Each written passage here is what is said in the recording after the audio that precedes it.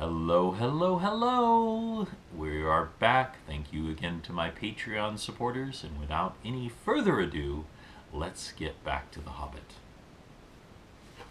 It seemed that Bilbo was not to be eaten after all. The wizard and the Eagle Lord appeared to know one another slightly, and even to be on friendly terms. As a matter of fact, Gandalf, who had often been in the mountains, had once rendered a service to the Eagles and healed their lord from an arrow wound. So you see, the prisoners, they had meant only prisoners rescued from the goblins only, not captives of the Eagles.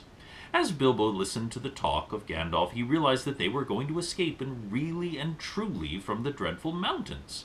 He was discussing plans with the great eagle for carrying the dwarves and himself and Bilbo far away and setting them down well on their journey across the plains below. The Lord of the Eagles would not take them anywhere near where men live. "They would shoot at us with their great bows of yew," he said, "for they would think we were after their sheep, and at other times they would be right. No, we are glad to cheat the goblins of their sport, and glad to repay our thanks to you, but we will not risk ourselves for dwarves in the southward plains." "Very well," said Gandalf, "then take us as far as you will. We are already deeply obliged to you, but in the meantime we are famished with hunger." "I am nearly dead of it," said Bilbo in a weak little voice that nobody heard. "That perhaps can be mended," said the Lord of the Eagles. "Later on you might have seen a bright fire on the shelf of rock, and the figures of the dwarves round it cooking and making fine roasting smell. The eagles had brought up dry bough for the fuel, and they had brought rabbits, hares, and small sheep. The dwarves managed all the preparations. Bilbo was too weak to help, and anyway he was not much good at skinning rabbits or cutting up meat, being used to having it delivered by the butcher all ready to cook. Gandalf, too, was lying down at this, doing his part in setting the fire going, since Owen and Gloin had lost their tinder boxes.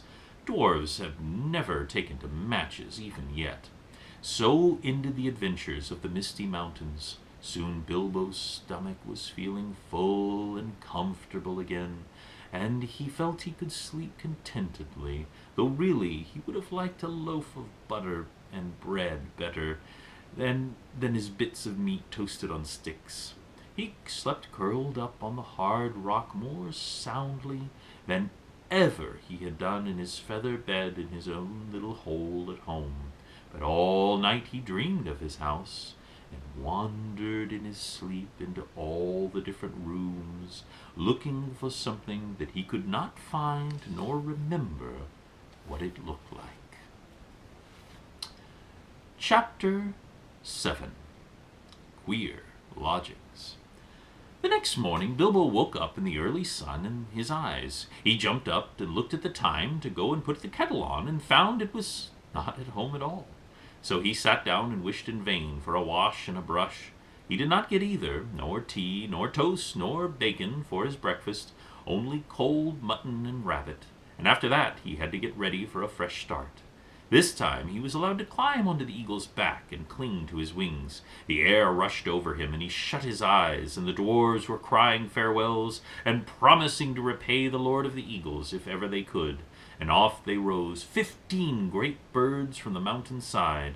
The sun was still close to the eastern side of things. The morning was cool, and the mist was in the valleys, and the hollows and the twined here and there about at the peaks and the pinnacles of the hills. Bilbo opened his eyes to peep, and he saw the birds were already high up, and the world was far away, and the mountains were falling back behind them in the distance. He shut his eyes and held on tighter. "Don't pinch," said the eagle. "You need not be frightened like a rabbit, even if you look rather like one. It is a fair morning with a little wind. What is finer than flying?" Bilbo would have liked to say, "A warm bath and a late breakfast and on the lawn afterwards." But he thought it better to say nothing at all, and he let go his clutch just a tiny bit. After a good while the eagles must have seen the point they were making for even from their great height, for they began to go down circling into great spirals. They did this for a long while, and at last Bilbo opened his eyes again. The earth was much nearer, and below them were the trees that looked like oaks and elms, and wide grasslands, and a river running through it all. But cropping out of the ground, right in the path of the stream, which looped about itself, was a great rock, almost a hill of stone, like a last outpost of the distant mountains, or a huge piece cast miles into the plain by some giant among giants. Quickly now, at the top of the rock, the eagles swooped one by one and set down their passengers. "Farewell," they cried, "wherever you fare, till your eyries receive you into your journey's end." That is the polite thing to say among eagles. "May your wind under your wings bear you where your sun sails and the moon walks," answered Gandalf, who knew the correct reply. And so they parted, and though the Lord of the Eagles became in later days the king of all birds, and wore a golden crown, and his 15 chieftains golden collars, made of the gold the dwarves gave them, Bilbo never saw them again, except high and far off in the battle of the 5 armies. But as that comes at the end of this tale, we will say no more about it for now. There was a flat place on the top of the hill of the stone, and a well-worn path with many steps leading down to the river, along which the ford of huge flat stones led to the grassland beyond the stream. There was a little cave, a wholesome one with a pebbly floor, at the foot of the steps, and near that a stony ford. Here the party gathered and discussed what was to be done. "I always meant to see you safe, if possible, over the mountains," said the wizard, "and now by good management and good luck I have managed it. Indeed, we are now a good deal further east than I ever meant to come with you, for, after all, this is not my adventure. I may look on it in again before it is over, but in the meanwhile I have some other pressing business to attend to." The dwarves groaned and looked most distressed, and Bilbo wept. They had begun to think of Gandalf going all the way with them, and that he would be able to help them out of difficulties.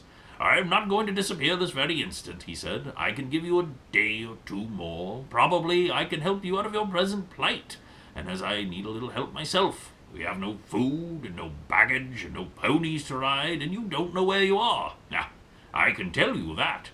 You are still some miles north of the path which we would have been following if we had not left the mountain pass in a hurry. Very few people live in these parts, unless they have come here since I have last come down this way, which is to say, some years ago. But there is somebody that I know of who lives not far away. That somebody made the steps on the great rock, the Carrock, I believe he calls it, and he does not come here often, certainly not in the daytime, and it is no good waiting for him. In fact, it would be very dangerous. We must go and find him, and if all goes well with our meeting, I think we shall be off and wish you, like the eagles, fare wherever you fare." They begged him not to leave, and they offered him dragon gold and silver and jewels, but he would not change his mind. We shall see," he said, "and I think I have already earned some of your dragon gold when you have got it." And they stopped pleading, and they took off their clothes and bathed in the river, which was shallow and clear at the stone of the ford. When they had dried in the sun, which was now strong and warm, they were refreshed, and still sore and a little bit hungry. Soon they crossed the ford, carrying the hobbit, and they began to march through the long green grass along the lines of the wide-armed oaks and the tall elms. "And why is it called the Carrock?" asked Bilbo as they went along the wizard's side.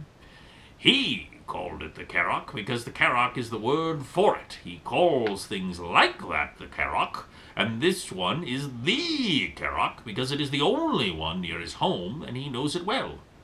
"Who calls it? Who knows it?" "There's someone I spoke of, a very great person.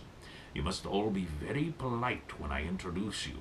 I shall be introducing you slowly, 2 by 2, I think, and you must be careful not to annoy him. He can be appalling when he is angry, though he is kind enough if humored. Still, I warn you, he gets angry very easily." The dwarves all gathered round when they heard the wizard talking like this to Bilbo. "Is this the person you are talking about to us? Is that the person you are taking us to now?" they asked. "Couldn't you find someone more easy-tempered? Hadn't you better explain it all a bit clearer, and so on?"